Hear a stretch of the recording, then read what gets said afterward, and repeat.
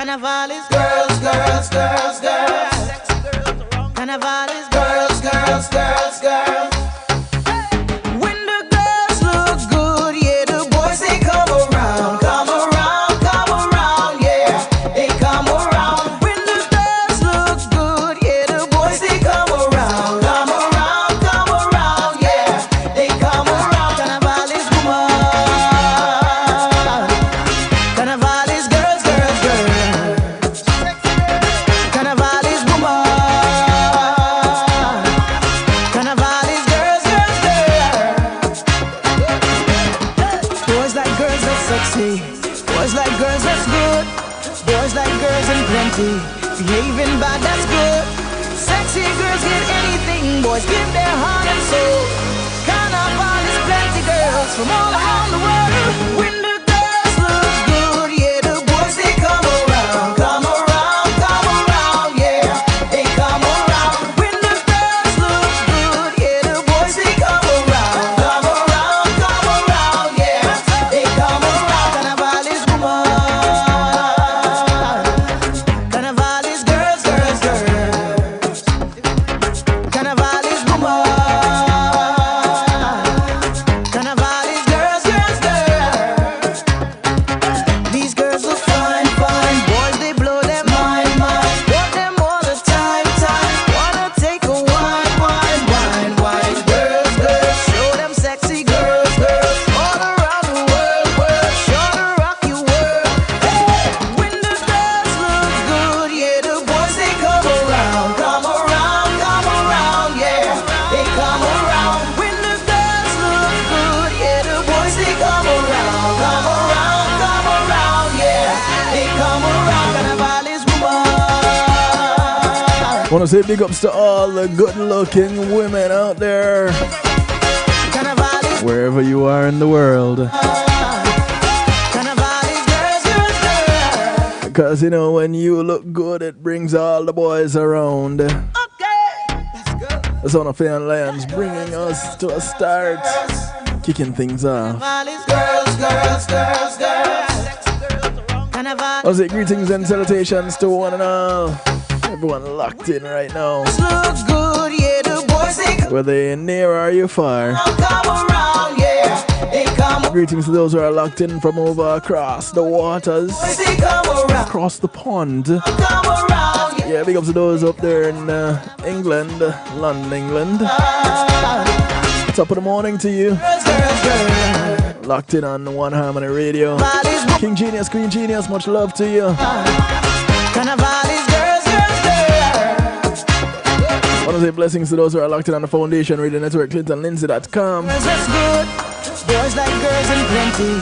Big up yourself, Mr. Lindsay. Good, sexy girls get anything, boys give their heart. Much love to my brother from another mother. Carnival is plenty girls. Hailing out of New Jersey, NIE Radio, the motivator. Good, yeah, the boys they come around,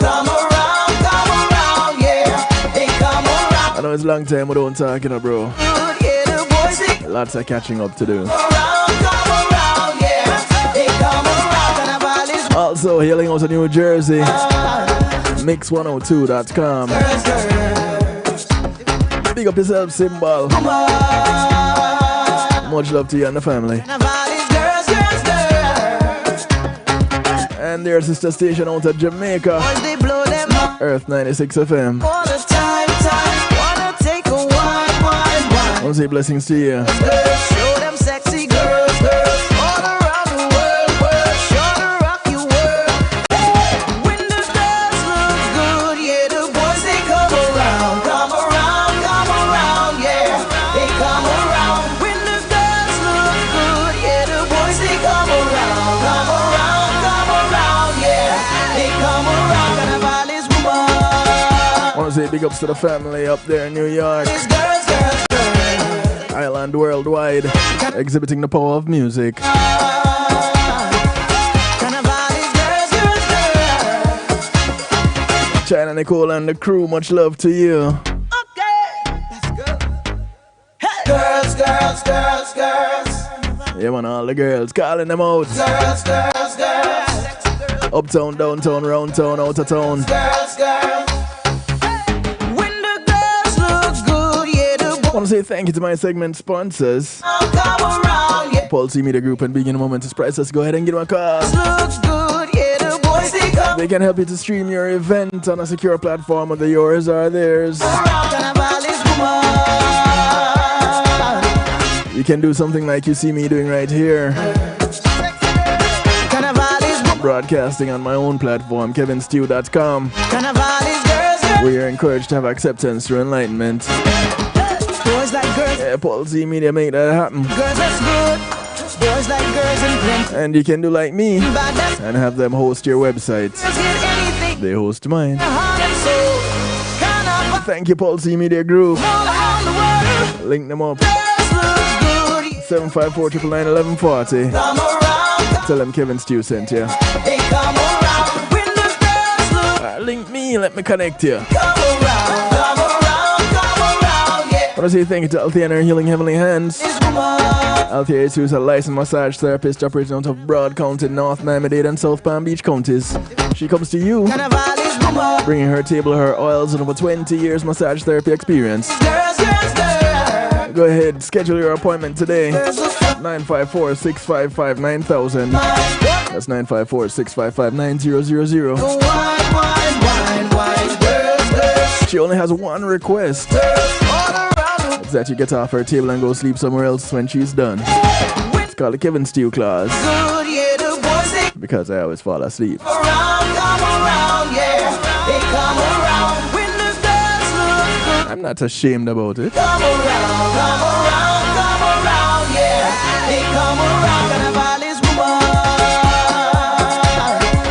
Carnival is girls, girls, girls. Carnival is woman. Carnival is girls, girls, girls. Boys like girls in sexy short things. Boys like girls in lace. I want to say thank you to the Global Base. Boys like girls. Hey. The Global Base navigates your journey across music, marketing, and much, much more. It's a realm where your social spheres awaken through their mastery. Go ahead and embrace the invitation to liberate your creativity unbounded and free. Just like their initial consultation. Girls, girls. Free. When the girls look The good. Global Base is your catalyst for everything related to music, marketing, event planning, and social media. When the girls look Go ahead and connect with them today. DA Global, BASE, around, theglobalbase.com. yeah. Come around. Carnival is woman. Tell them you heard about them on the night shift to DJ Kevin Stew. Carnival is girls, girls, girls. They'll be glad to hear from you. Carnival is woman. I want to say thank you to McNeil Trucking. With McNeil Trucking, your goods are in good hands. They're a licensed and insured mover in the state of Florida. Veteran owned. Behaving bad, that's good. So if you're moving from the Keys to Jacksonville, Anything, boys. Naples to Palm Beach, Pompano to Pensacola, and all points in between. When the girls look You want to put some things in storage, you don't have the manpower, you don't have the equipment, don't worry. around, yeah. You have the name, you have the number. When the girls McNeil Trucking, 954-406-9740. come around, yeah. Call them up, Carnival, tell them Kevin Stew sent you. You're ready to move. Carnival is girls, girls, girls. Carnival is woman. Carnival is girls, girls, girls. These girls are fine. And before I get too far, let me remind you, Want them all the time.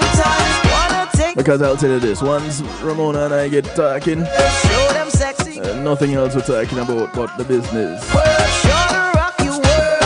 Hey, when the Which business? Tonight's business. they come around, yeah.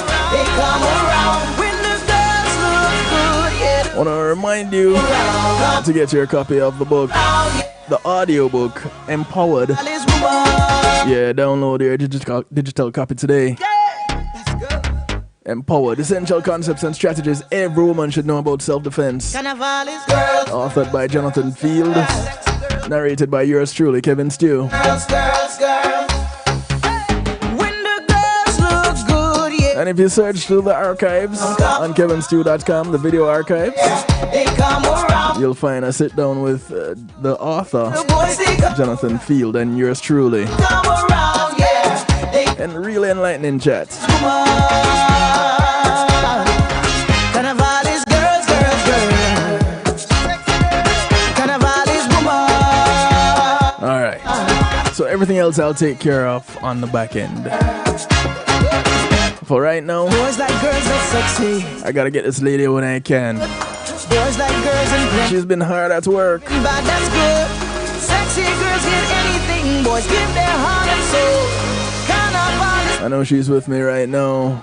Let's see if I can hear her. Mona, you there? oh yeah. Mona? Come on. I'm here. Can you hear me? Oh, there she is. The boys they come around. My darling. See, hope you're it's because I don't have your picture up yet, you know. That's why all the boys haven't come around. But let's go ahead and fix that. Ladies and gentlemen, some of you know her because you've been around and you've heard her on this broadcast before.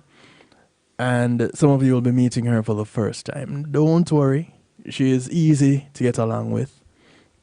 She's one of the nicer of the two individuals whose voices you'll be hearing a lot tonight. And and she is a wealth of knowledge. So, without further ado, let me introduce, well, I won't even have to introduce. Let me bring on the main feature for the night. It's not me. I'm just facilitating. It's really her broadcast tonight. Ladies and gentlemen, Ramona Riley.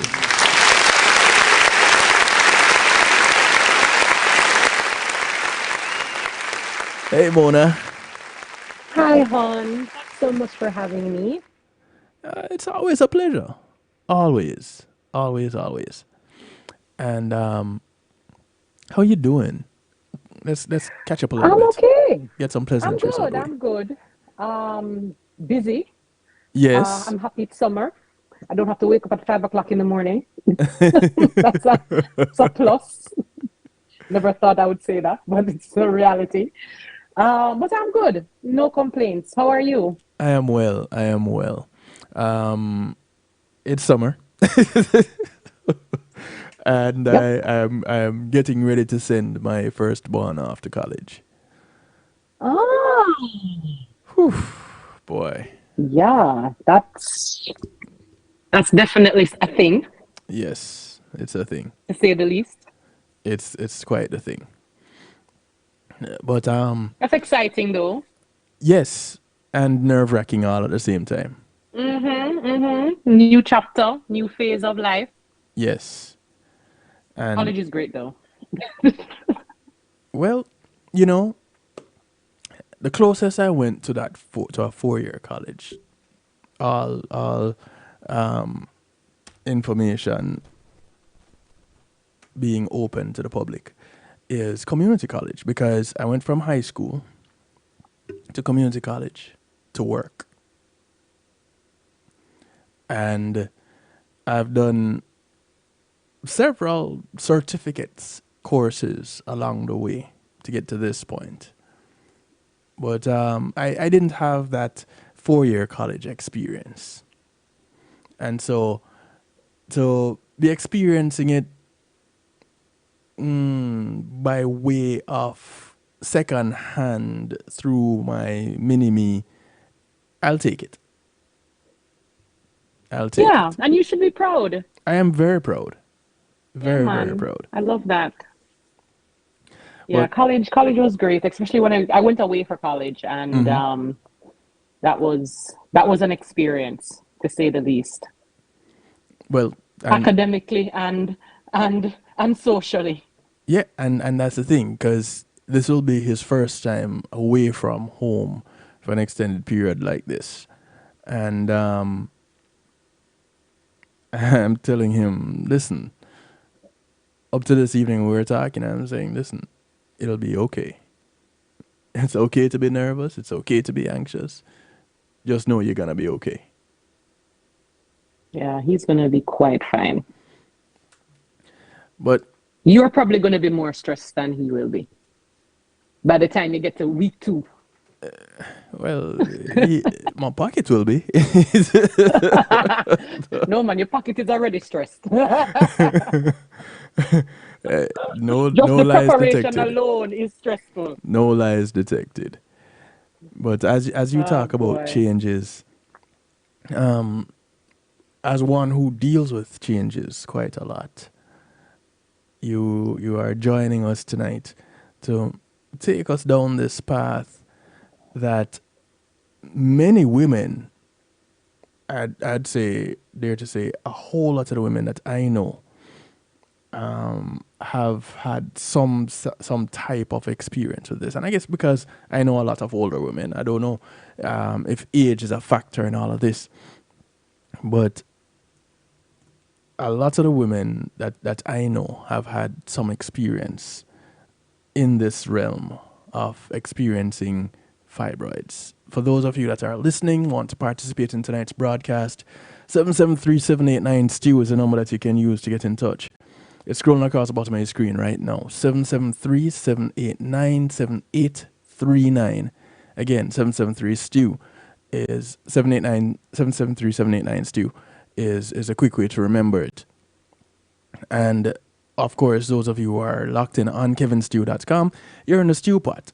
Those that are wondering what is that, it's what others call a chat room, but because of fancy on kevinstew.com is a stew pot where we keep things interactive and bubbling. So go ahead and put your comments there. You can remain anonymous, or you can put your name so that we know who it is that we're interacting with. And those of you who are on YouTube live, we love you the same way, and we see the comments when you put them up. Go ahead, call a friend, tell a friend, friends of your friends, friends of your enemies, enemies of your friends, and your enemies too. Call up somebody, anybody, everybody. Let them know this is the place to be right here. KevinStew.com, Healthy Love Night with Ramona. So, Mona, Yes. give a quick intro and then take us into the world of fibroids, if you will, please. Okay. I am a wellness specialist. I specialize on the reproductive system, in the reproductive system, where I would help men or women with their reproductive system using natural methods. Mm-hmm. I started this up in 2014, and I started first in the birth world and being a birth doula and a postpartum doula. And a doula basically is like a birth coach, you would say. Mm-hmm. And from there, I actually ended up with some reproductive issues myself called adenomyosis. And I was to have a hysterectomy when I was 29. I decided I did not want to do that. And so I found natural methods. Well, I didn't know at the time, but I was seeking natural methods to heal this condition, which really affects the uterus. It's a uterine condition. In 3 months, I ended up healing my adenomyosis and got pregnant. And so this whole world of reproductive wellness and reproductive health grew. I thought to myself, wow, well, I know that I didn't hear much about adenomyosis before, but I know that there are women that are suffering every day, all day with some hormonal issue. And feeling as if their body is failing them, or blaming self because they think maybe they had done certain things during their adolescence or teenage years that now have them end up in this type of situation where now they're having these horrible reproductive conditions. So since then, I have been helping women with not just birthing, but hormonal issues, specifically helping women have 1-day periods helping women have pain-free and symptom-free periods, and also educating them about sex, because I'm also a sexologist. And I find that a lot of women are not so comfortable with their body in a certain way, or it is that they're not comfortable with verbalizing what it is that they want.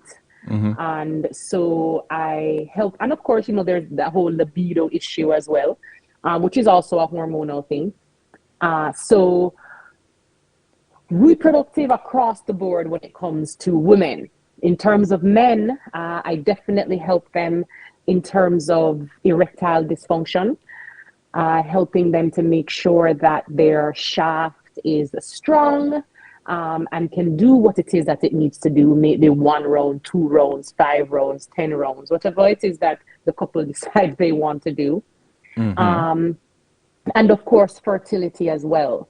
It's surprising that, well, at least it was surprising to me that there were so many men that are having reproductive issues when it comes to fertility and their sperm count and their or the mobility of their sperm.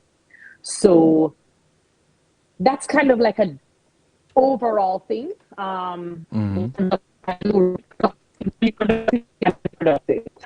Pretty much. Wait, say that again. You were breaking up a little bit.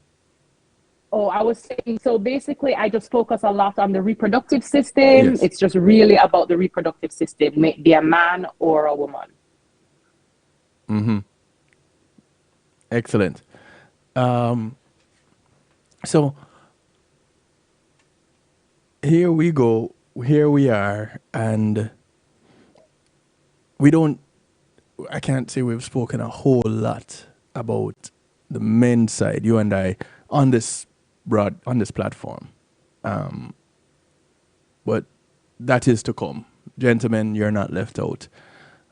No. So that is to come.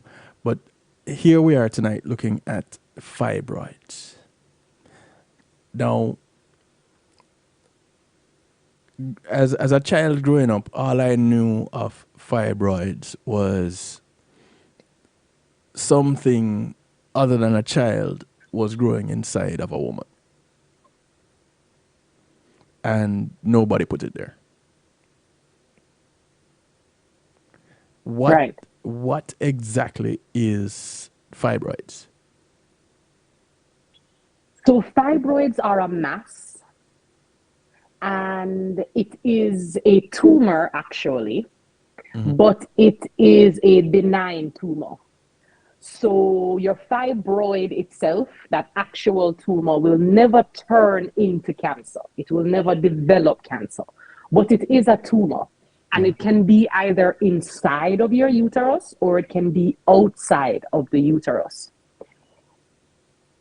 Usually, women anywhere between, and this is average, between the age of 25 and older would usually develop fibroids. Okay. Fibroid is a hormonal issue. So, of course, to heal it, to fix it, to anything, we would have to balance the hormones. How we detect it now, usually is your body, your reproductive system usually gives you signs, like usually like your body talks to you. It tells you when it's happy, when it's not happy, when it's miserable. And it's really up to us for us to listen or not listen. But our body does communicate with us. And when it comes to fibroids, your period is the first place that you're going to see it's not right. That is the first way of communication. Okay. So a woman with fibroids would have long periods. She would have very clotty periods. She would have very painful periods. And then apart from the period aspect, you would find that sex could be painful just depending on where the fibroid is. So when penetration is happening, she is feeling discomfort. You will also find that with these fibroids or fibroid,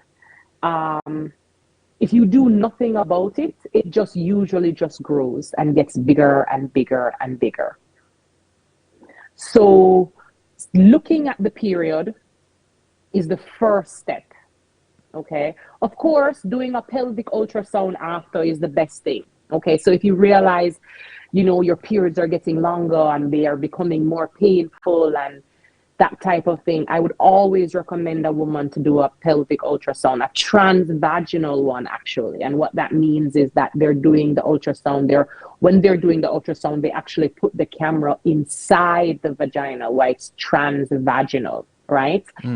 And so that they can see what's going on. Because at the end of the day, you can have painful periods, and it could be because of fibroids, it could be because of endometriosis, it could be many different things. Okay. Right. But doing an ultrasound is really the best thing to do at the beginning, when you're trying to figure out what's wrong, because these periods are out of control. Okay. Fibroids are an estrogen driven condition. So remember, I was saying that fibroids are a hormone problem, right? And what it is that the estrogen hormone is extremely high, extremely high. And Okay. so this is now what creates these tumors, just like cancer or a lot of the cancers. Okay. It's estrogen driven as well. That's why it's tumor like. Okay. So we want to always make sure, or not make sure, but know that if it is that you have been diagnosed with fibroids, then you know that your estrogen is extremely high. So if we're talking about shrinking that fibroid, what are we going to have to do? We're going to have to lower that estrogen level. And you can do that in many different ways. But of course, I am all about the natural and the holistic and that type of thing. So I would always use natural methods to shrink the fibroid or fibroids. Okay. So before we even get to treating and reducing or even healing from, you mentioned uh, early 20s, mid 20s as a starting point for the symptoms or the development of fibroids. Since it is hormonal, if as a woman you've managed to get through your childbearing years, upon reaching menopause, what is the risk of fibroids like? So I find that women at 50 and women at 60, they don't usually develop fibroids then. They have probably just realized that fibroids is what they have. But it doesn't usually develop at that point, because later on in that stage of life, your estrogen level actually naturally actually goes down, which is why a lot of women will go through these horrible menopausal symptoms, right? Okay. So it is more like it probably was not detected. Uh, um, and so it seemed like it started to manifest or grow at that later stage in life. But most times, women in their 20s, their 30s, their 40s, that is when they start to develop the fibroids. How common is it? It's common. It's like 1 out of every 9 women have fibroids. So if So there are 10 of us sitting at the table, at least one of us have fibroids. so and that's just randomly hormonal? It's hormonal. Now, from the holistic world, state this, we believe that fibroids are also emotional. Oh, Yes. And it is because, again, we believe that all tumors are emotional. So the tumor could be in your brain, the tumor could be in your uterus, the tumor could be anywhere on your body or in your body. The fact is that tumors, we say, or they say, are an emotional issue that has not been dealt with. So it is now the baggage that has now been physically created because of the emotional, maybe stresses, loss, whatever it is, not dealing with certain things emotionally, maybe sweeping it under the rug and not dealing with it, but it's still there. And so in healing it, for me at least, I would want to look at the hormonal aspect and lowering that estrogen level. Okay. But also healing the woman inside, healing her emotions, healing her heart. That is also quite important. Now, the I don't know what it was that you did a few minutes ago. Your audio went super clear, and then it went back to this weird Are you way. not hearing me now? I'm hearing you, but there's a But it sounds clarity. funny? Yes, but you're clear now. Okay, hold on. Yeah, you started with this fuzzy kind of audio, but now it cleared up a second ago, and because I just figured that since you started with it, it was just something that was just there, but when it went away, I knew that was something that could change. Okay, are you hearing me better Oh now? my goodness! Okay, I'm glad Whoa! you said something. Yeah, this is the Mona Okay, that I so know. Okay. okay, I'm glad we fixed that. Yes. So here we are, and this now adds another dynamic to it, because generally we talk about health and the all-encompassing health, mind, body, spirit, including the emotional, the trauma-driven, all of that. Mental. So you're saying a big part of fibroids is emotional, or you're saying that an aspect of fibroids could be emotional?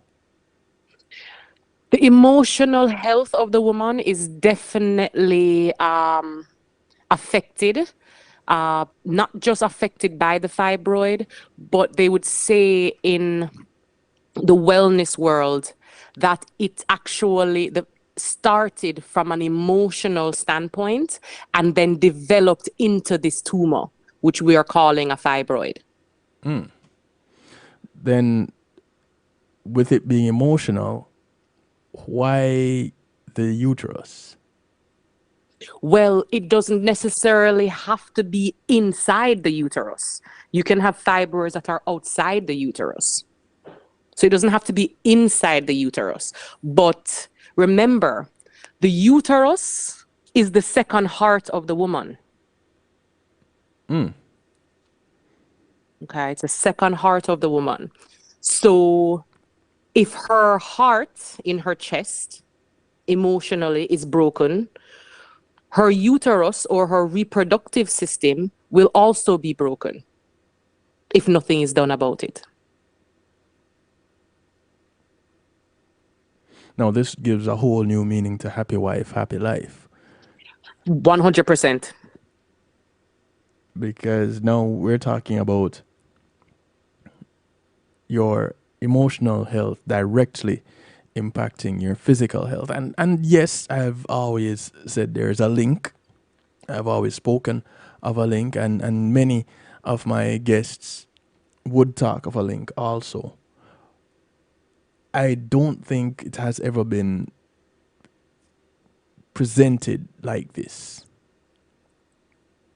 Because now it's saying, we're saying 1 out of 9 women are emotionally not healthy. Correct. Correct. And I find that even now in 2024 versus 1970, the woman's role, the role she plays, it's there's more on her plate. True. So I mean, if it's that she's a single mother and she has to take care of her three children, if it is that she goes to work and then when she comes home, she has to take care of the husband. And don't get me wrong, just because you're taking care of your husband does not mean that you're supposed to get fibroids. Okay. But when you neglect self and just think about your family, your immediate family, that does affect your health in whichever way. It could be reproductive or not. Okay.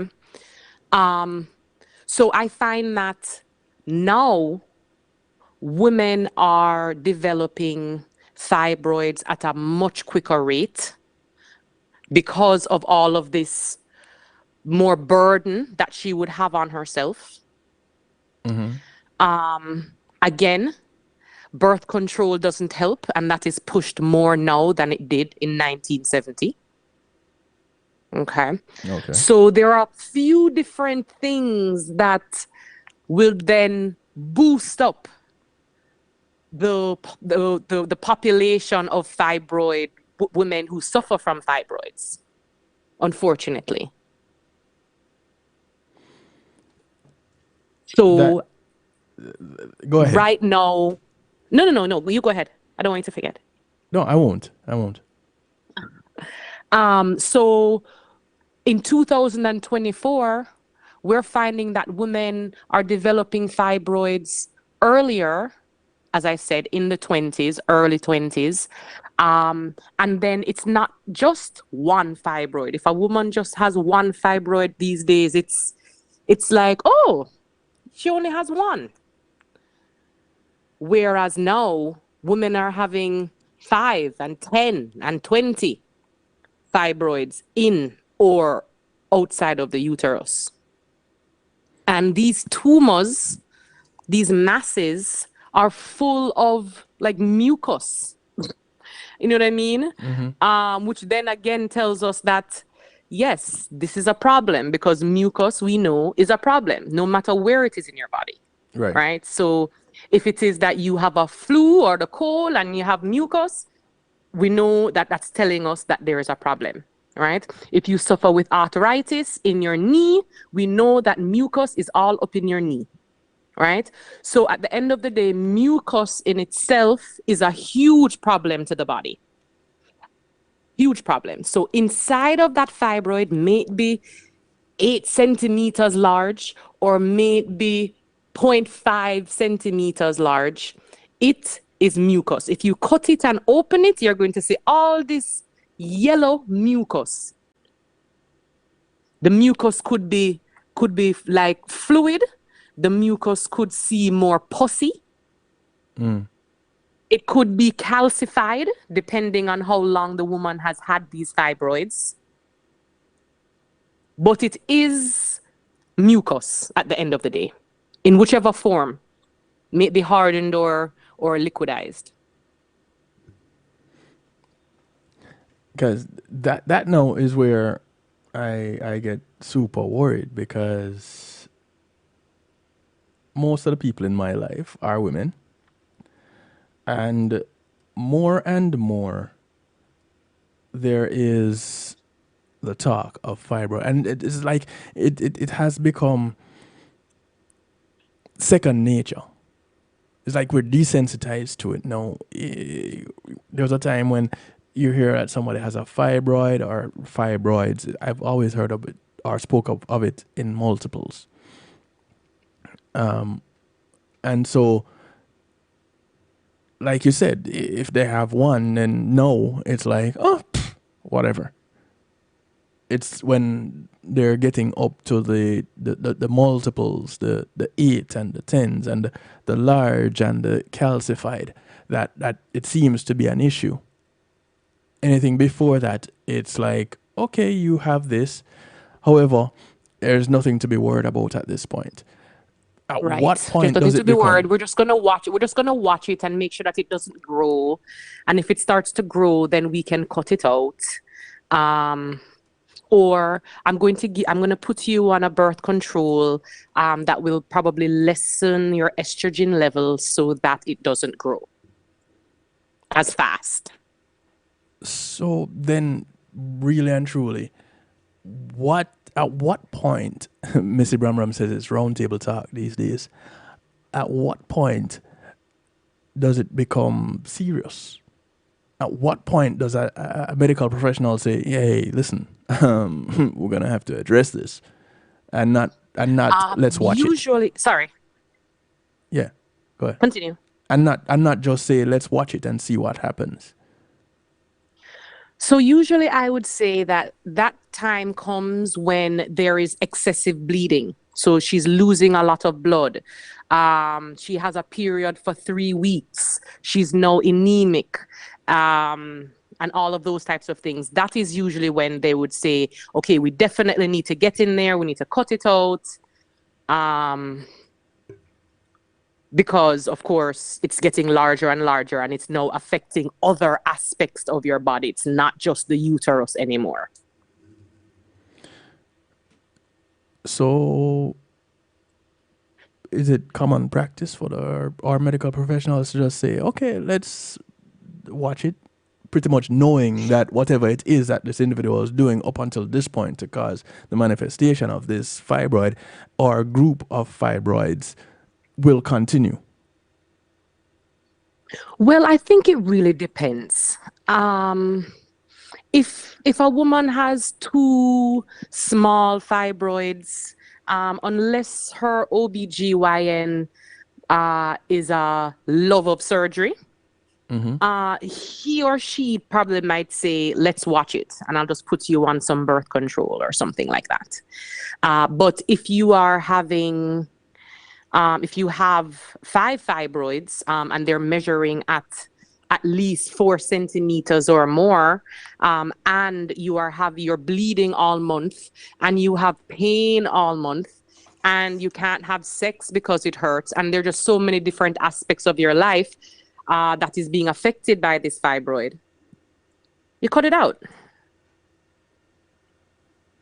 That is usually what happens. And I will tell you, which is my issue with the surgery.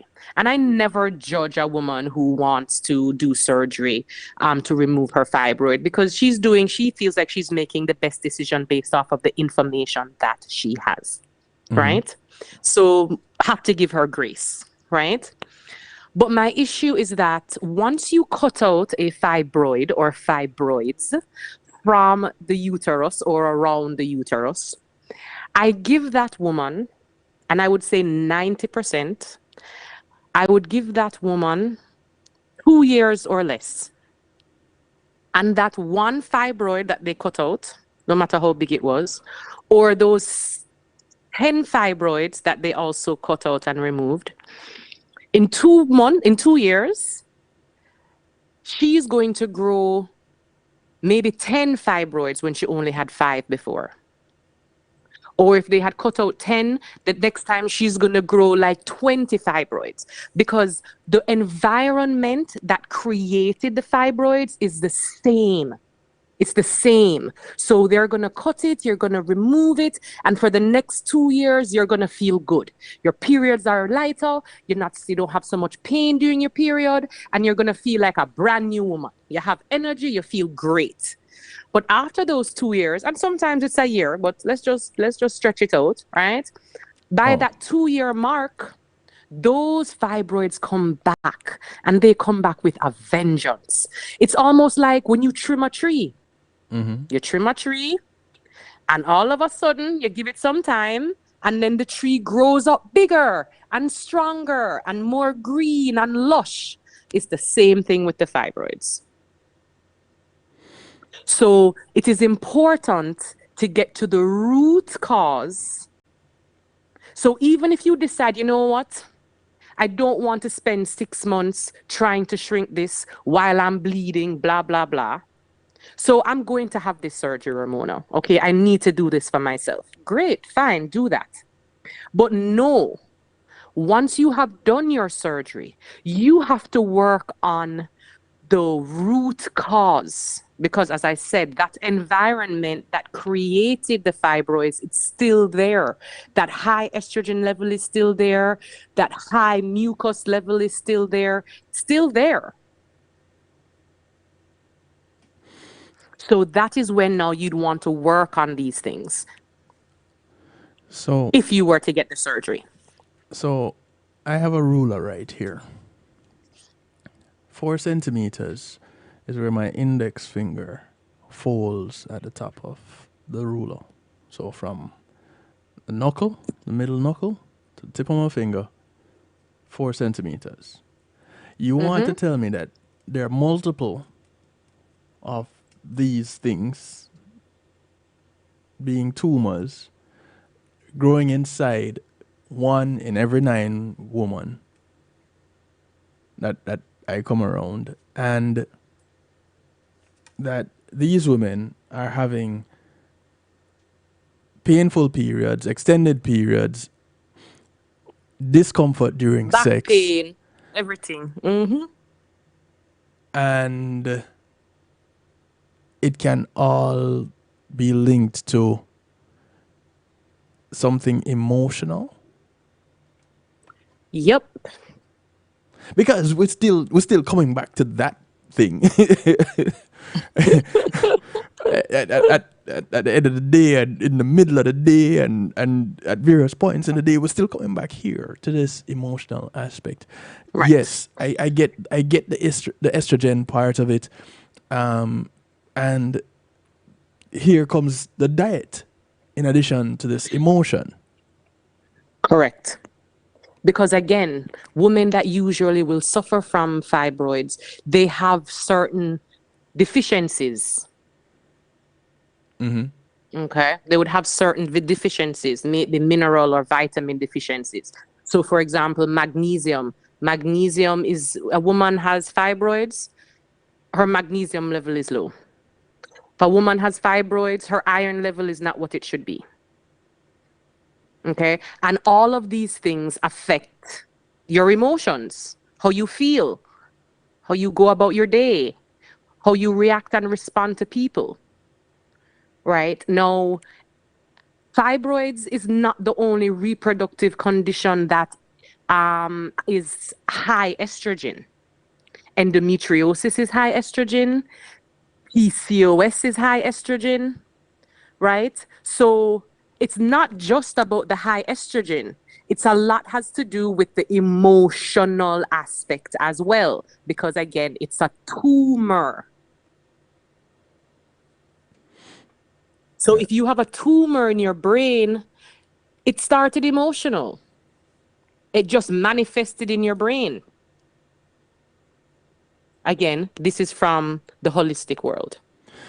But it's a tumor that you remove it and you get 2 more on top of that one. It's more like a hydra than it is anything else. You cut off the head and 2 more heads spring up. That alone would give me, as a medical professional, reason to say, all right, let's not look to go to cut your root, because we're going to have to cut you again.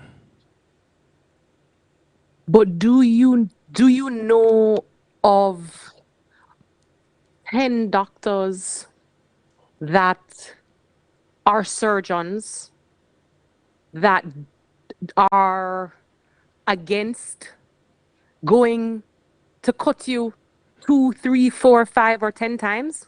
I hear you struggling to be diplomatic.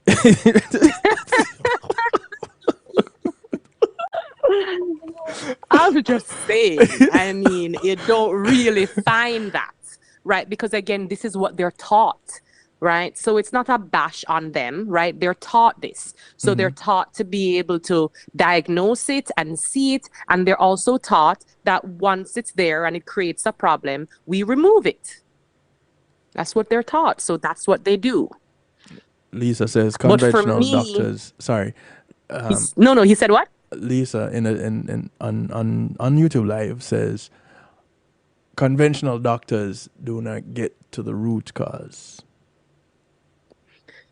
Yeah, I mean, a lot of people believe that, and unfortunately, that is why you have other types of specialists and practitioners. You know what I mean? So I can't go into a surgical room and cut open a woman and remove her fibroids out of her body. I can't do that. I didn't go to school for that. I don't know anything about that. Right? Right. Just like how a doctor doesn't understand, he didn't go to school for holistic care or holistic wellness. So he doesn't or she wouldn't understand that, hey, we can actually use different things to be able to shrink this so that we don't have to do surgery. Because once we do surgery, now we have to deal with scar tissue and we have to deal with all these other aspects. And again, deal with the fact that the fibroid or fibroids will grow back, and they'll grow back more and they'll grow back stronger.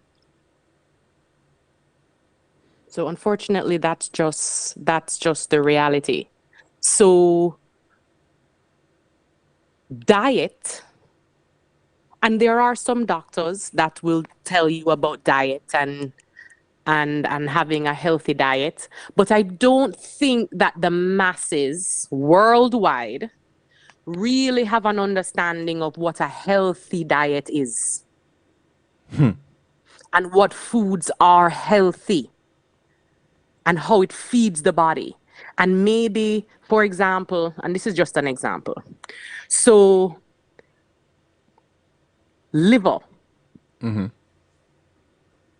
People will tell you, if you're iron low, eat liver.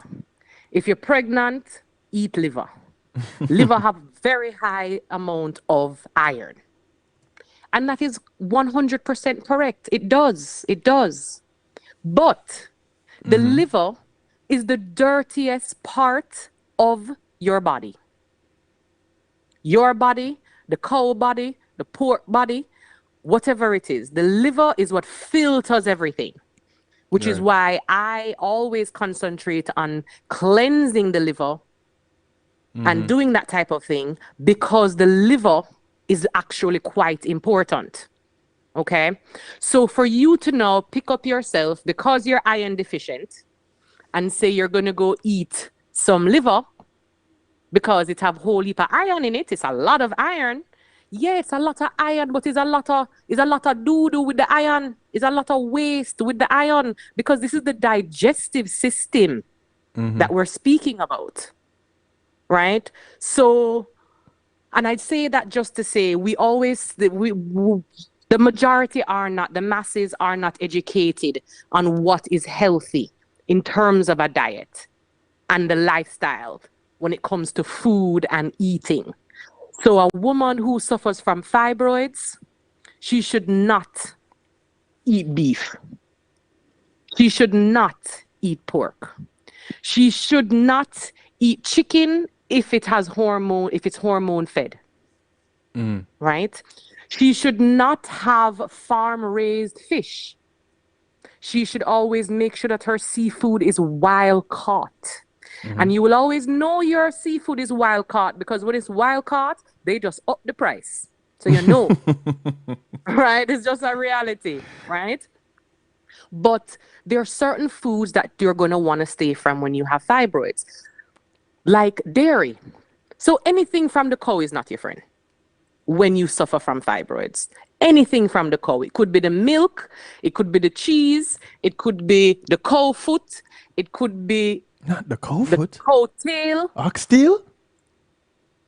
It's not good for a woman that has fibroids. Remember, beef takes almost 28 days to digest out of your system completely if you go to the bathroom after every meal. So if you're someone that goes to the bathroom once a day, or you're someone that goes to the bathroom 4 times for the week, or something like that, it is staying in you longer, and it is breaking down in your intestines.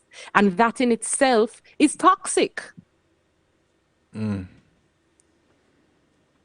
Not to mention, the cow is full of mucus. And what is inside of the fibroid when you cut it open? Mucus. Mucus. Talk about you being what you eat. 100%. And it's interesting that you went right there, because the question was posted on YouTube. Do you believe that red meat plays a big part in growing fibroids? And you just answered that. And not only does red meat, but you also added a few more things to the list. Yep. Unfortunately, just the reality. Now, off the top of my head, for me, some common denominators here would be growth hormones and antibiotics. Because in your farm-raised fish, that's what you're gonna find in lots of the cattle that we consume, and dairy products that we consume are of cattle high on antibiotics and growth hormones. So Yep. And the chicken, yes, and the chicken. same thing. Sad to say. Yeah. So here we are faced with a dilemma, because our vegetables are sprayed with pesticides,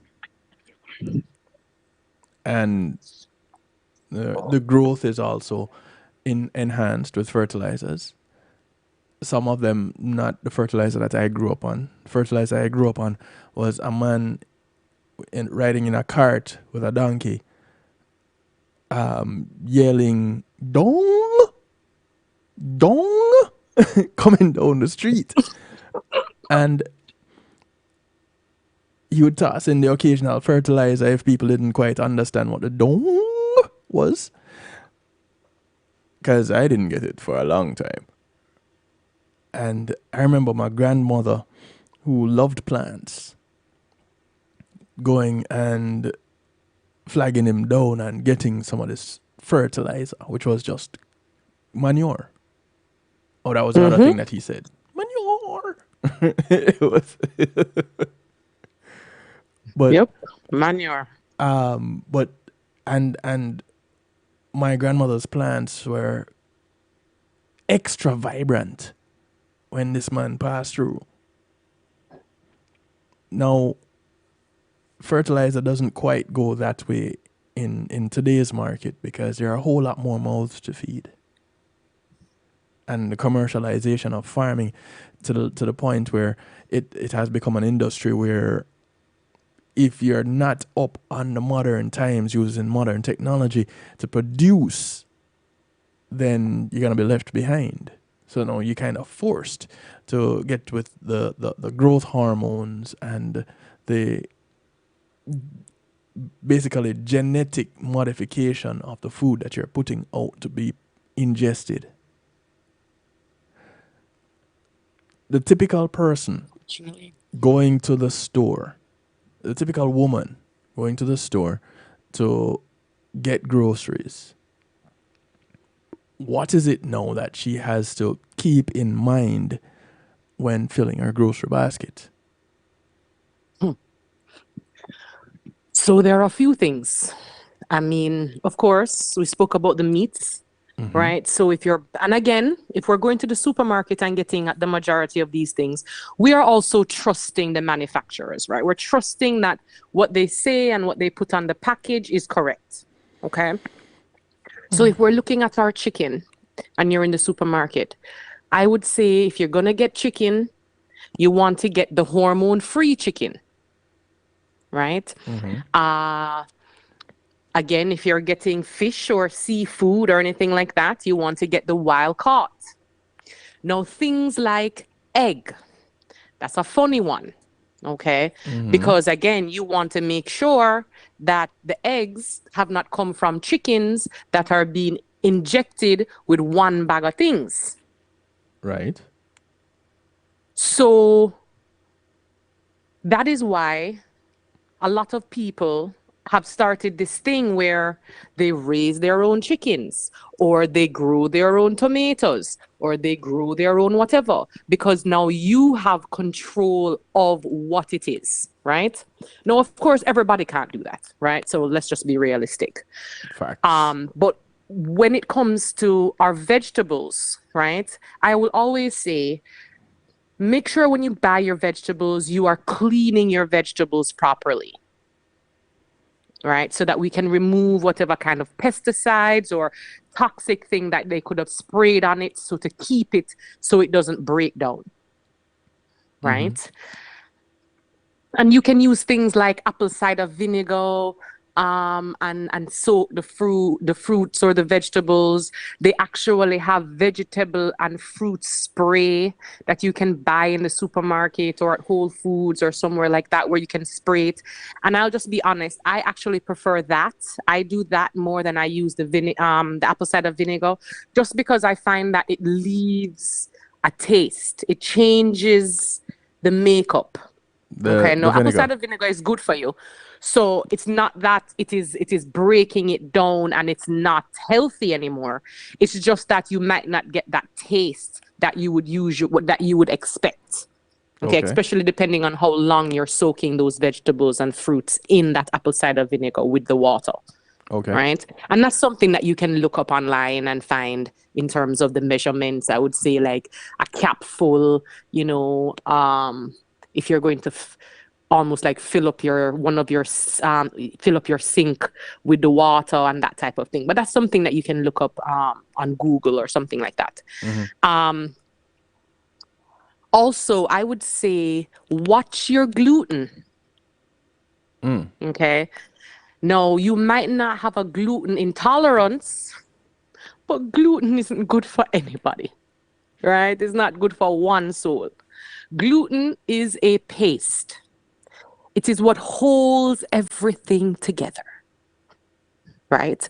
So that's why you'll see white bread, and you realize that it is thicker. It is more. What's the word I'm looking for? It is. Firmer. It's a firmer kind of, yes. It's like it's firmer, right? Whereas if you were to do a gluten-free bread, you would find that that's not the case. And most gluten-free breads you probably have to keep in your refrigerator, right? Wheat. Everybody talks about this wheat and how wheat is so good for you. Good for who? Again, it has all this fiber. So everybody raves about the fiber, and it's like wheat bread is the best thing. Don't eat the white bread, eat the wheat bread. But as much as it has all this fiber, it has even more gluten than the white bread. I've never looked, and I'm a wheat bread kind of a guy. I've It never. has more. And the reason why is because of the fiber, it needs more gluten to hold it together. Makes So when sense. we look at, yeah, so when we look at things like our pastas, our rice, our breads, those types of things, gluten-free is always going to be better, because just imagine you're eating this wheat bread or you're eating this white bread. You're chewing it, you swallow it, it goes on your esophagus, comes down, and as it's going through the body, this paste called gluten is actually covering your organs. Yes. It's covering it.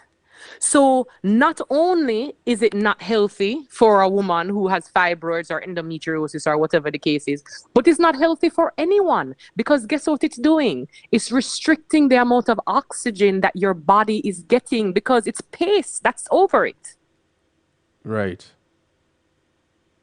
So that is the problem when it comes to maybe wheat or white bread. And as I said, wheat bread has much, much, much more gluten than white bread does. And that's interesting because it's not as dense as white bread. And that's probably the Right. word you were looking for. Thank you, Lisa, for using that. Yes, thank you. Dense. And Lisa says, I'm allergic to wheat and gluten. So, Lisa, you don't eat bread. I guess not. Because I Or don't know where you're going to find which bread don't have wheat and gluten yeah, today. I mean, yeah, And high that's fructose gonna be corn syrup. difficult. That's the other one. High fructose corn syrup. It's in everything. Yes, that is also a problem. So you have That is you also a wheat, problem. you have your gluten, your wheat, and your so you have your glue, you have and you have the sugar. And And sugar is a huge issue as well, right, because because that just feeds the fibroids as it well. tends to feed tumors, It will feed a cancer, tumor. or well, yeah, any kind of tumor, I guess. So So it's funny. It's you have to be a little anal that sounds like a lot of when it anal. is when it comes to what you're buying in the supermarket or wherever to feed yourself. Because again, our food can be our medicine, right? So yes, I make tonics for detoxing, and I make tonics if you have fibroids, and I make tonics if you can't get pregnant, and I make tonics for all kind of things, right? But and of course, I want them to sell. So I mean, I'm making them. I want them to sell. But if I am being completely honest and open, we can heal ourselves with our food. It's just that it takes more time, it takes more effort. And in this day and age, this time that we're living, a lot of people don't have the time to really do that. I mean, I don't have the time to go and grow fruit and vegetable. Like, I don't have that time, much less probably somebody else who is more busy than I would be. I don't know who that would So be. I don't know either, but I'm sure there is somebody a little bit more busy than me. But damn, I'm busy. But yeah, it's important to be able to just look at your foods, and even if you can't go fully 100% holistic, you just cut out certain things because those things make it worse at a quicker rate, like the beef, like the pork, like the dairy, like the sugars, right? And then again, if you're doing sugars, you can find a healthier sugar, and it is not brown sugar. Right? All right, You let's can talk about find the healthy healthier sugar. sugars that don't affect the body that badly, because again, that sugar is coming from a better source. So something like agave would be a much better option than a brown sugar. I mean, we already Agave, know white sugar don't make no but sense. we're not talking about that. Agave over your pure cane sugar. Yes. Why? Yep. Agave is just it's just healthier. I mean cane, what is the health benefit of cane? Sugar.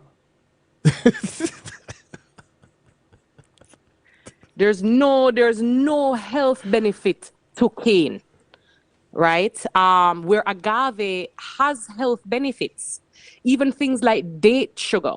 Now, date sugar, again, if you're making lemonade, I would not tell you to use date sugar because date sugar doesn't break down as well. So using an agave, which is more of a syrup-like form, that's all you have to do is stir that.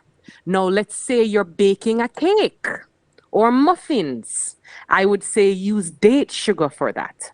And that's the thing when you get into eating holistically, that there's probably not a one thing that you can use across the board, like how you have dairy milk. If you're doing something, if you're doing Alfredo pasta, you can use dairy milk, right? If you're baking a cake, you can use dairy milk. If you're making omelette, you can use dairy milk. Dairy milk is very versatile, right? That is how them get we, right?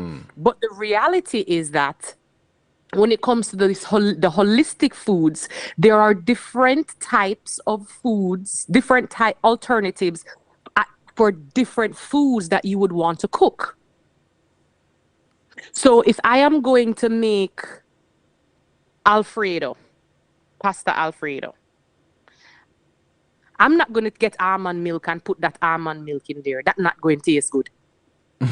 I'd more put the almond milk in like a smoothie, or Okay. maybe if I'm making oatmeal or whatever the case is, right? So that is also something that as time goes on, because this has to become a lifestyle, as time goes on, you just learn these things, or you go out of your way to learn these things. So why are you making pasta Alfredo and pasta of gluten? Because you can get pasta that is gluten-free. Oh, And you can find it anywhere, all in Walmart have it.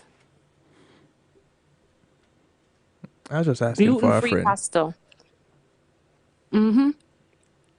So we have to look at all of that too. And I mean, of course, when you are just getting into this lifestyle, it can seem like a lot because you're like, oh my God, well, I have to do this and I can't do that and I have to all of this stuff. So that's why I say just keep it simple first. And as time goes on, you can change and you can add, right? Because you're learning more and understanding more. But that sugar, that beef, that pork, that dairy, those are huge things that you want to like remove from your diet. I mean, chicken as well, you know, I mean, especially if it's hormone chicken, right? If it's not doesn't have hormones in it, then I wouldn't say you need to stop eating it completely. No, I would do that. But I would say lessen it. Even if it doesn't have hormones in it. Let me tell you, when you are healing the reproductive system or any other system in the body, the more gentle you can be with your digestive system is the quicker it is that you actually can heal your body, because everything starts in the gut. Facts. Okay. So if we are eating something that takes longer to digest, it's going to take longer to heal, or it's going to create a problem that we are going to want to have to heal from. So chicken takes about, let's say, average 15 days, 13 to 15 days to digest out of your body fully, let's say, right? So it's a much lighter meat than a pork or a beef, right? Which is why Right. I'm saying if you can make sure that it doesn't have hormones in it, the chicken doesn't have hormones in it, then I wouldn't necessarily say you can't eat chicken, right? But pork and beef take like 30 days. It's a long time. And that's when And you then have regular bowel you're probably movements. eating pork twice for the week. So how that work? And we're talking about regular bowel movements here also. And we're talking about regular bowel movements. So if you are not going to the bathroom after every meal, there's a problem. So I have a friend, I mean, it's not about fibroids, but I have a friend and I spoke to him yesterday and he has not had bowel movements in over 3 weeks, Boy, he's really full of it. right? Full of it. And he was at the restaurant and he ordered a meatball. He ordered a salad and a side of meatballs. And I was trying to explain to him, what was the point of the salad then? No bother with the salad, no bother waste your time. Because what's happening is when he eats the salad and he's not going to the bathroom regularly, the salad actually starts to become a problem and it now creates toxins in his colon, in his intestines, may them be the large and small intestines. As it breaks down, think about your vegetables. Go in the kitchen, get your cutting board, cut up some vegetable, wash off your vegetable, whatever, cut it up, right? And put it in a Ziploc bag and put it in your fridge. Yeah. In 4 days or less, it's gonna start breaking down. So imagine when it's sitting in your body for a week, 2 weeks, 3 weeks, and then it's not just the vegetables alone, it's also meats. Right. So it creates this really toxic environment, unfortunately. So, yes, going to the bathroom after every meal is ideal. But I would say at least once a day, you need to be going.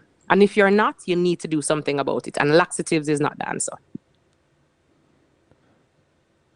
Now, how much does this regular bowel movement, regular bowel movement combined with diet and emotional well-being affect fibroid development? Well, if you are eating if you're eating in a healthier way, right? And you are healing yourself mentally and emotionally, you would be in a much better position. And healing yourself mentally and emotionally would be things like meditation, um, breath work, maybe seeing a psychiatrist, a psychologist, something like that. Because the emotional healing, journaling, I mean, all these different things to help to release the emotions, that emotion that you haven't let go of. So doing that would be important to be able to help with this fibroid issue. Your journaling, your meditation, you time alone, all of those things in terms of like reflection of self, self-love, self-care, all of these things play a part. Get a And different usually job. you find women that have fibroids, they are lacking in a lot of these areas. And not because they want to, but because they probably just have a lot going on. Or maybe they were never taught that. Or maybe they don't have the money to do that. Right? But again, you find that fibroids are more in Black women than any other. Black women suffer with fibroids more. I mean, it's very rare that you're going to find a white woman that is have fibroids and a Chinese woman that have fibroids. It's a Black problem. It's a Black woman problem. Now that also creates another dynamic. What is it about Black people that makes us more susceptible to fibroids? And it makes it sound like it's engineered now. If you want to be a Well, conspiracy theorist, you know. right. And it can. I agree. But also, what we have to remember is our body is made up differently. But we are eating like the white man, and we are eat like the Chinese man. But our bodies are made differently. So if you go to your doctor and you do your blood work, and we're looking at iron, for example, and your iron level is at 10. You're a Black woman, your iron level is at 10. That is not the same like a white woman whose iron is at 10. Because a Black person, their iron should be like, and we're talking about healthy iron amounts, should be like a 14. And most people, if they go and check their iron, I don't know if it passed 13 or 12. Most people. Well, if it's supposed to be at a 14 and you're at a 12 or a 13, then you're in good stead. Yes, it's not so bad. But how many of them are? Because most women that suffer from fibroids, they're anemic. Okay, so that's another factor to come into play. All right. So you don't usually find a woman who suffers from fibroids that she has a 12 count or 13 count. You don't usually find that. If it was that she had that, then she probably wouldn't have ended up with fibroids maybe. Or maybe she wouldn't have 10, she would just have 2. Got you.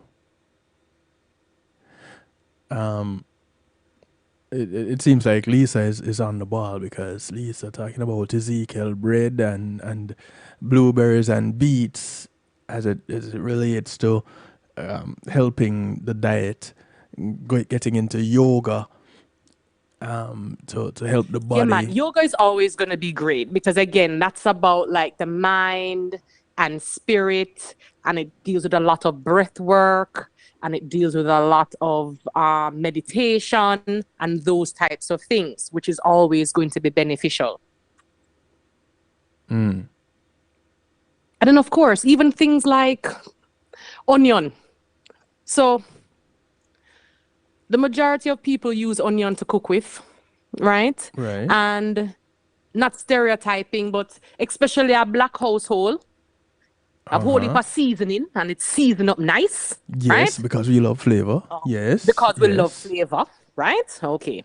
So when you go to supermarket, you go over to the onion, and most people will pick up either a white onion or a yellow onion, right? And leave the purple onion for supper.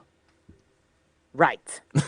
So the white onion and the yellow onion are actually acidic, and it actually creates inflammation. So if it creates inflammation, what is it doing to the fibroids? What is it doing to your own uterus?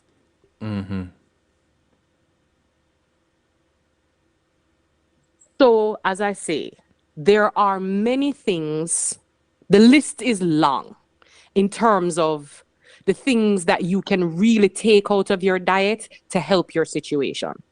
And there are things that you can add to your diet to make your diet better, right? So that you don't end up getting fibroids, or you can shrink them Let's naturally. talk about the additions. The additions, you mean in terms of foods? Yes. Okay, so so any type of antioxidant is going to be great, right? Again, anything for the liver is going to be important because the liver is actually what you need to feed. If you can remove all of that excess estrogen from the liver, you're gonna be able to shrink your fibroids, right? The liver is very, very important. So any type of liver food is going to be good. So, for example, one of your listeners was saying beetroot. Beetroot would be a good option if you want to throw it in your smoothie or something like that, right? Antioxidants would be really a good thing also, to be able to use to do that. So there are a good amount, and then of course we want to watch things like if you lime and lemons and all of those things are great for like detoxing the body, because again, when you have fibroids you have to detox the body, but we want to make sure that lime or that lemon, it has seeds in it, Good luck with right? that. And a lot of times you go into the supermarket and I mean, you're not going to know if it's have seed or don't have seed till you take it home and you cut it, right? Right. But if it doesn't have seeds, you don't want to use that. It's not real. It's supposed to have seeds, Right. right? But using lime, using lemon, those things will also help, again, because it is helping to detoxify the body. Right. Pineapple is great also for the reproductive system on a whole. The strawberries, the blueberries, and then of course things like ginger, turmeric, because those are anti-inflammatory. So those things would be good to also have. So if you're making a juice, if you're making a smoothie, if you can all make some chicken and put little ginger in it. Right. And even if you cook the ginger, it's still, because it's so high in anti-inflammatory properties, that it's still there. There's still a lot. So you can cook with it, or you can eat it raw, or you can put it in your smoothie. Right. Yeah, and turmeric. Turmeric is fabulous as well. So having a diet that does not contain things that would create inflammation is going to be even better for your reproductive system. So, And then apart from that, there are things like magnesium. okay. Magnesium is fantastic for hormonal balance. If your estrogen is high, magnesium is very good for you. And of course, it has to be magnesium glycinate. There are many magnesiums out there. Magnesium glycinate, if you have fibroids, good for you. If you have joint problems, good for you. If you have painful periods, good for you. If you have endometriosis, it's good for you. If you have PCOS, magnesium is good for you.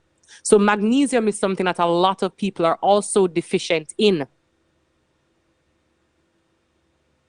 But you So have that to would get be a that great in. addition. You have to get that in pill form, though. You don't get that naturally from the foods that we have today. So right. So how you can get magnesium is you can do like Irish moss or what they call sea moss. And I would of course say get the purple one, don't get the white one, the yellow one, People lie on their right? labels. No man, no man. Once you like when you buy the Irish moss itself and you buy it in the bag or you buy like you can see what type of Irish moss it is. Usually it's clear.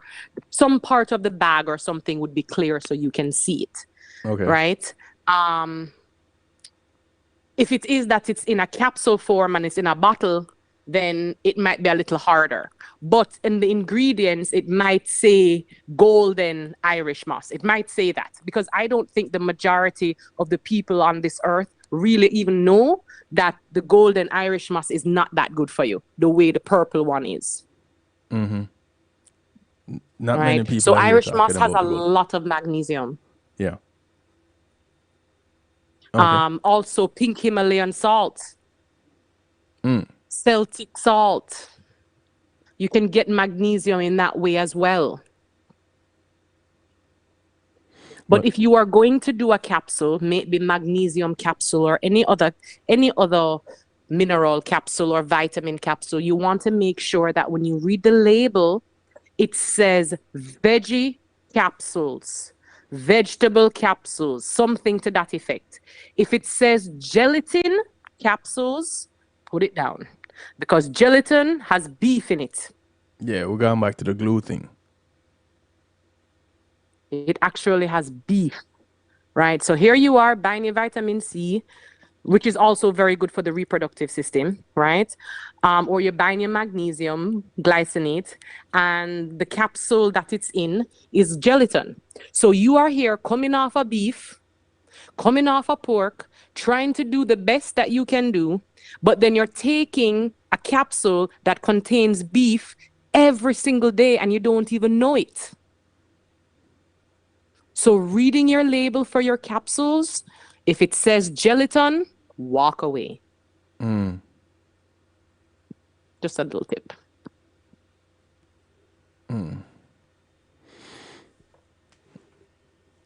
Now, so this I'm pretty sure we're kind of just bruising the tip of the iceberg because a number of things that you touched on we can go so much deeper in it. The capsule thing, there's a whole lot there because people don't talk about the composition of the liver system of these capsules that we're taking. Yes, we are going for the contents. A lot of people can't take certain pills. They have to go with capsules because they go down easier, that kind of a thing. But now you have to pay attention to the makeup of the capsule. Right. And then these capsules, they have something called fillers. Right. right? So yes, it will have magnesium in it, or it will have vitamin C in it, or whatever it's supposed to be. But they're fillers. And so when we read the label again, or the ingredients part of the label, you want to figure out what type of filler is this, right? If a lot of times they use things like potato starch and all other different types of things in terms of to be the filler. Potato starch is not good for you. Irish potato not good for you. It's not good for anybody. It creates inflammation, right? Is that So inflammation in that black is people or in white people? in general. Oh, okay. So this is so this is something that we would also want to look at again. So educating someone in how to read their labels is important, and it's not something people do. You know what I mean? And even just to find the vitamin D3, for example, that is really, really great for hormonal balance. I mean, vitamin D3 is good for about 3 billion things, right? Okay. But speaking about fibroids, it's very good for hormonal balance. So it'd be very good for fibroids. Now, we would want to make sure that it is a veggie capsule. We want to make sure that the milligrams of not milligrams, the IUs of the vitamin D3 is high. Right. So in vitamin D3, it's measured as IUs, whereas if it's vitamin C, it's measured as milligrams, right? Mg, right? So we would want to, with the vitamin D3, we would want to make sure that this woman who is suffering from fibroids has at least 10,000 IUs, at least on a daily basis, right? If you look at most of the vitamin D3s out there, even if they don't have any negative properties in it, it only has 800 IUs or 500 IUs or 1,000 IUs. 1,000 IUs is doing absolutely nothing. So learning how to read your label is really important. You see, that's the other part of it, because we don't know what some of these elements, minerals, metals, they're how they directly affect us. So looking at a label and seeing, it has 500 international units versus something that has 10 milligrams. It's like, I don't know. I look for a big number and just run with that. We a lot of us, we don't know how or what we need to have to be at our optimum, to be at our best selves, to nourish us the right way, to supplement us the right way. We're not educated. Yeah. But this is why, just as much as everybody has their PCP or everybody has their doctor, everybody has their whatever, just as much as that is important, you should also have a nutritionist, or you should have a holistic specialist, or you should have that type of thing, because they can educate and guide you when it comes to those types of things, especially who you are, your makeup. So for me, when you come to me and I'm trying to heal you from whatever, it could be reproductive or it could be something else, I want to know your blood type. I want to know that. Because based off of your blood type, you need a little bit more of something, or you might need a little less of something, or you might need none of that. Right? So for example, if you are B positive, you actually can get away with eating more meat, more chicken, than somebody that is A positive or someone that is AB positive, for example. So being able to have someone, because you're not going to know everything, even if you do your research and you learn over time and whatever, which is what we want to do. Like, that's what I want for everyone. I want everyone to be able to, as time goes on, they learn more and more, and they can do more for their body and be the best versions of themselves. I mean, that's the goal. right? But as you go through that process, there needs to be some guidance. And the guidance alone can't be Google. You know what I mean? Like, it can't be. Like, you're going to have to figure out something else or additional to that if you're doing that.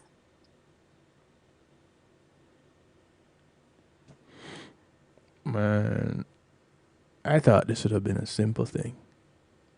I lie. I know it wouldn't be simple. Exactly. But you know, this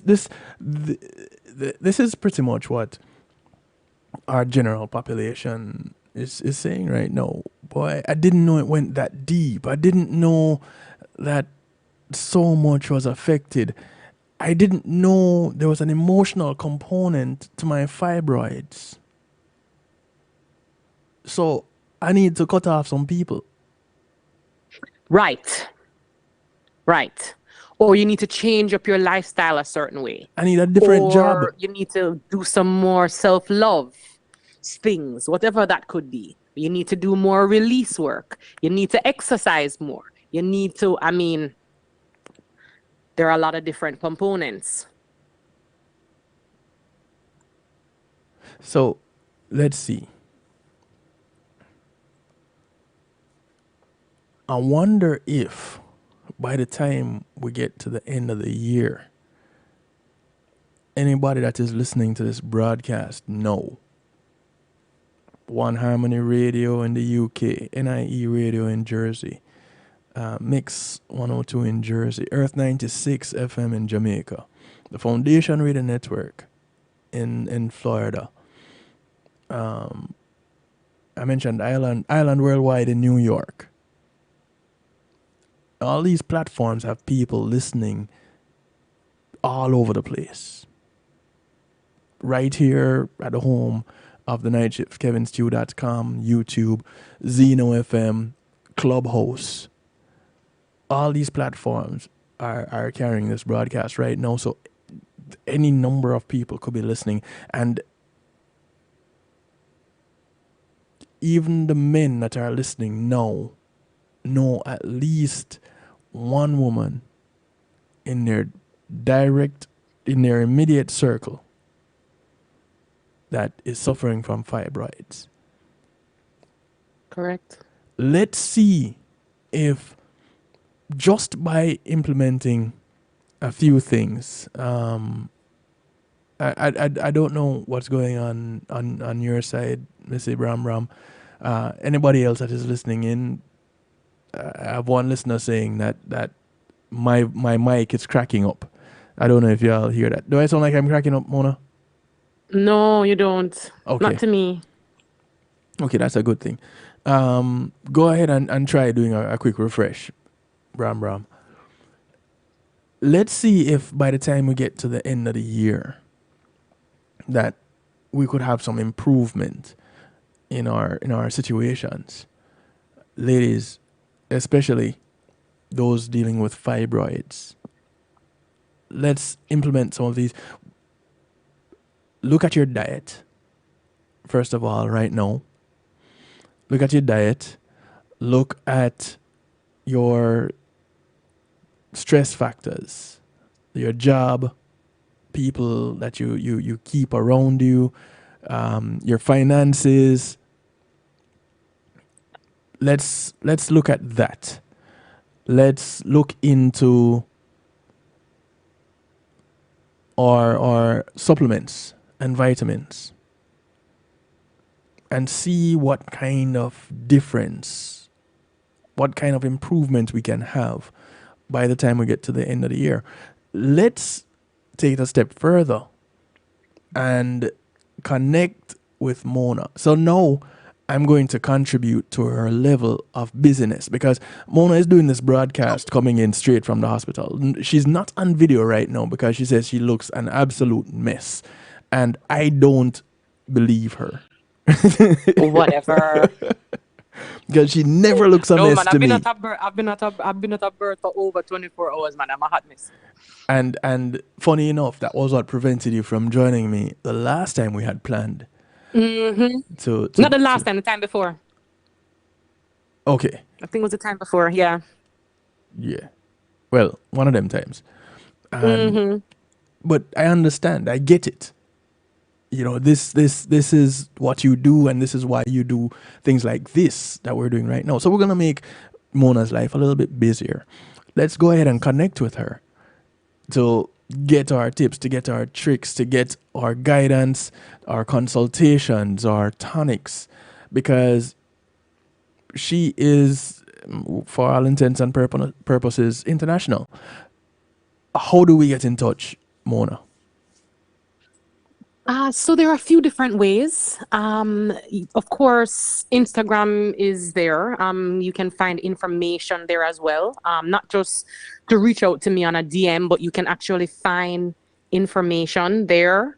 And of course, that is Cosmic Womb Man, CosmicWombman. You can call on the office line. No, of course, the office line is also WhatsApp. So you can always WhatsApp if you're anywhere in the world. And that number is 876-406-2764. No, I find that every so often I get emails, and it's always just Jamaican people, like nobody else. No, there's no other country that sends me emails about their reproductive system and wanting help or wanting to know about consultation fees or whatever. And I think it's because it's a part of our culture, and there's some shame there when it comes to the reproductive system, because as a woman, the one thing you're supposed to be able to do is get pregnant. The one thing you're supposed to do is have a healthy period, these types of things. So email is also an option, and that is cosmicwoman@gmail.com, if that be the case. Yes, I'm on TikTok. Just started to get on it really. So, but again, you can go there and you can find some sort of information if you just, dig around and search on the page. Okay. I would say those are the better ways to get through to me. And of course, everything is confidential and it's a safe space. So even if you're sending me a DM, it is a safe space. I answer the majority of them.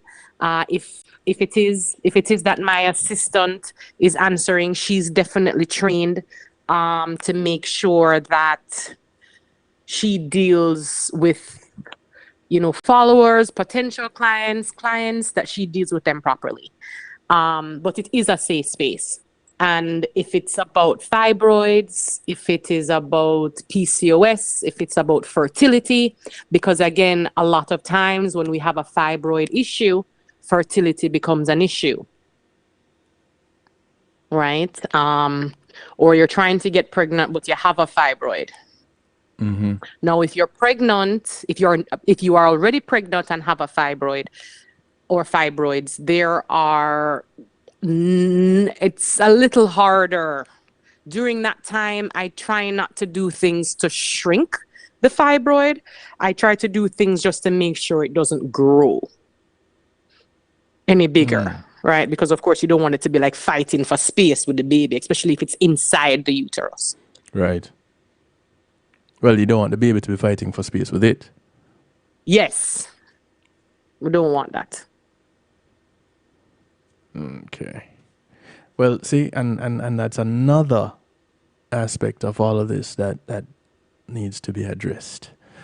So the discussion goes on, the discussion continues. Ladies and gentlemen, not tonight.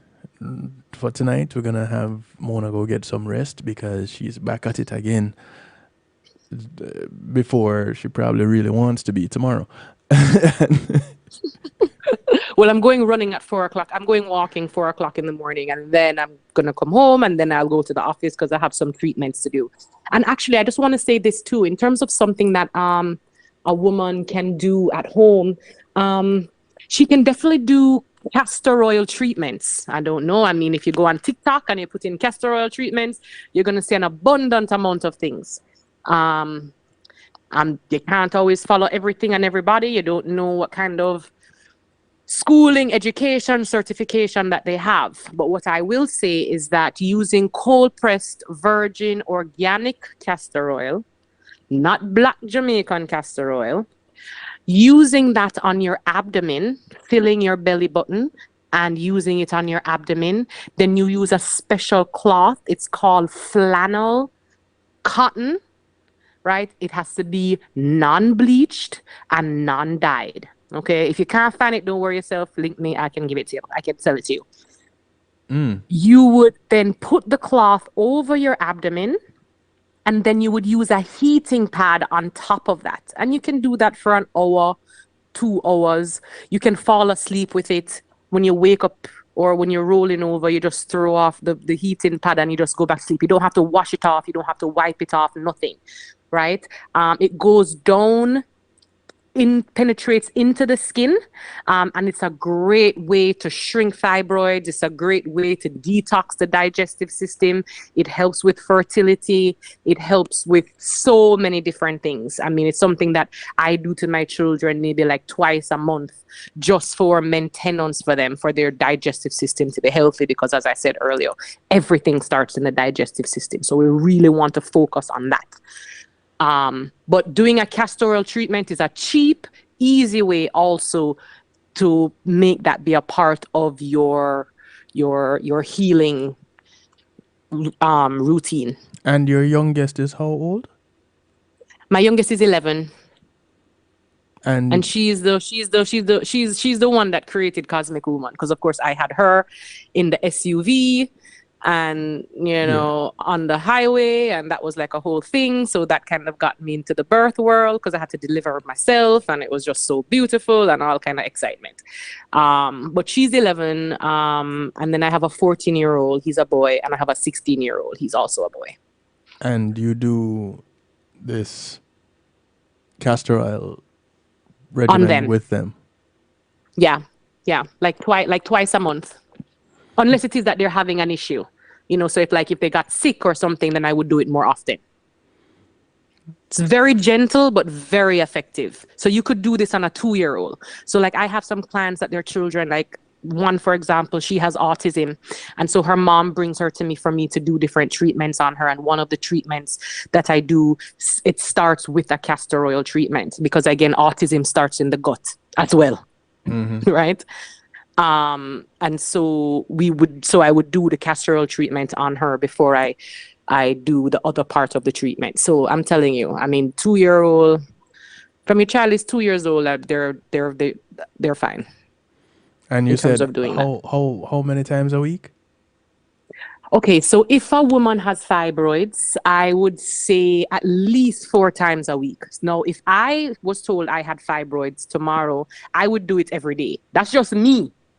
Right? Because I would just want to get rid of it, and I am just very extra in general, right?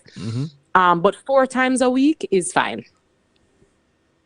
And I always recommend doing it. It's just easier when you do it like when you're going to bed, or when you're actually relaxing now and you're, winding down. I find like that is the easier time. When you try to shove it into the middle of the day and it can get a little hand-bugging, unless your routine is different. I have a client that she says she prefers to do her castor oil treatment in the morning.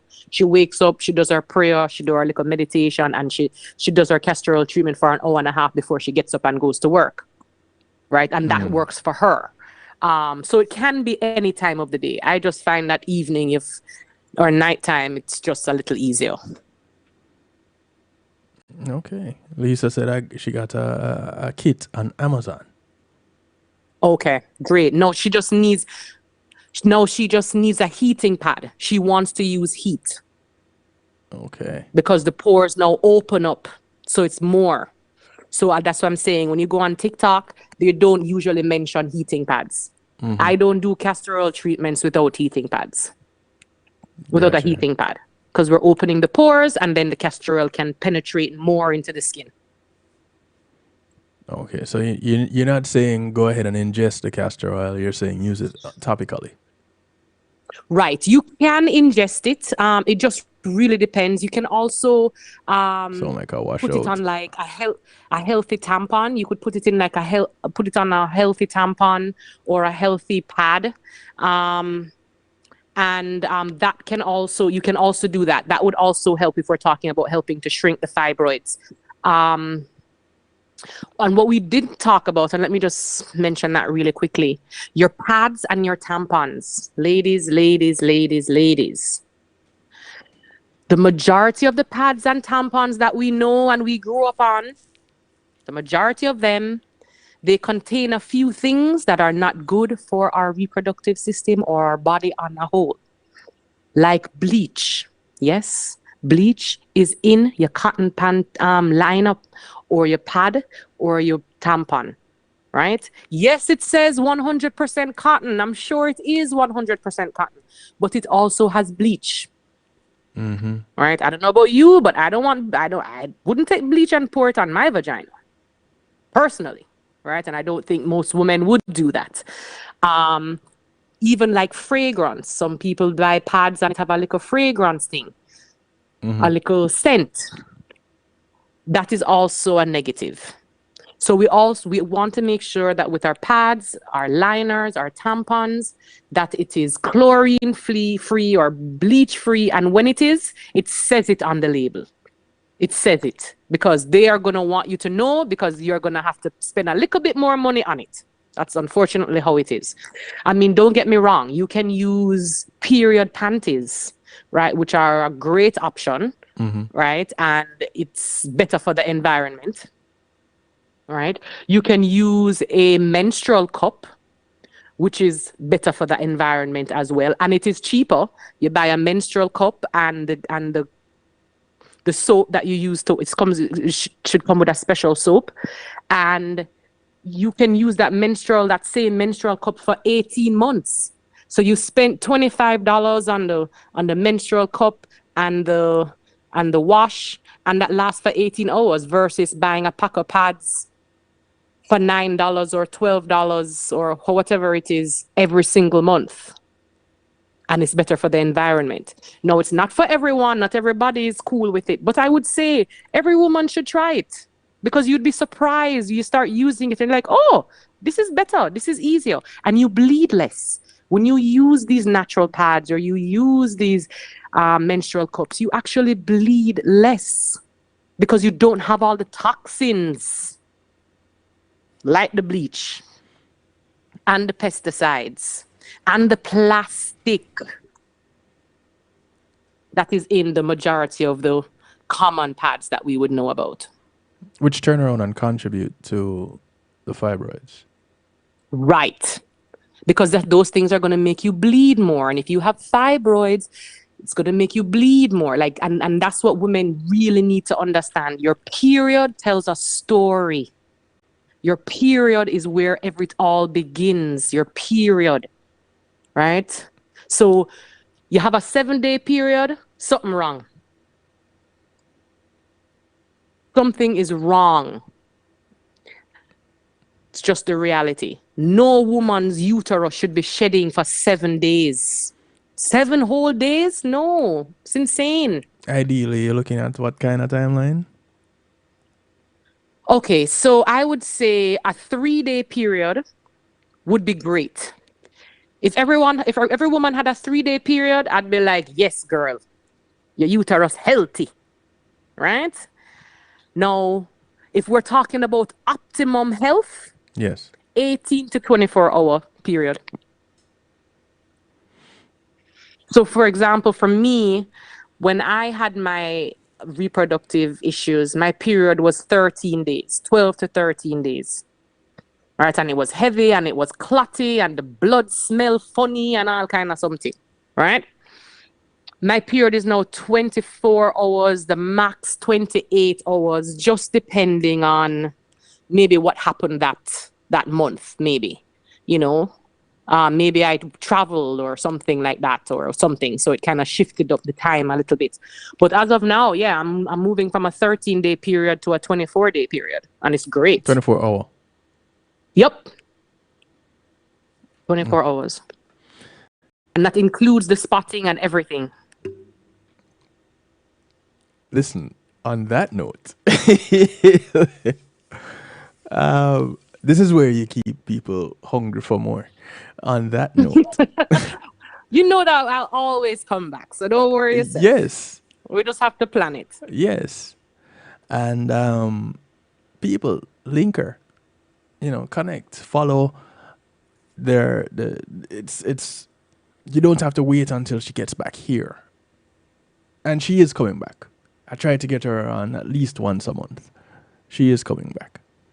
So you have a good night, Mona. Much love to the family. Thank you, my darling. Thank you so much for having me. And good luck to your college bound. Let me tell you, boy. I mean, that's exciting. Yes. I know Yes. you're stressed, but it's okay. It's all gonna work out. Of course. Of course. It always Thanks does. again, my darling. Anytime, love. All right. Have a great night. You too. Take Bye care. bye. And much thanks to you guys, the listeners, for being on. Lisa, yeah, I try. I try. Thank you. So as we wrap up, a little bit of ISAT in the background, track called Ride or Die Lady. Wanna encourage you to look out for members of your community. Your community is not just the development that you live in, but it spreads far and wide. So those that you pass on the bus, the plane, the boat, the train, whether you walk, ride, or drive, these are members of your community. Do something good for one of them today, because you never know who's going to do something good for you tomorrow. My name is Kevin Stew, so I like to do it to you, for you, and with you. Mondays, Tuesdays, Wednesdays, the night shift with DJ Kevin Stew right here, kevinstew.com, and affiliates. On Saturdays, catch me on Reggae Global Radio for the Saturday Stew, 8 p.m. Eastern, right after the Rebel, Ratigan. But until we meet up again, good morning, good afternoon, good day to you wherever you are in the world from right here in South Florida. I bid you all a good night. Take care, be good. If you can't be good at it. Until next time, later.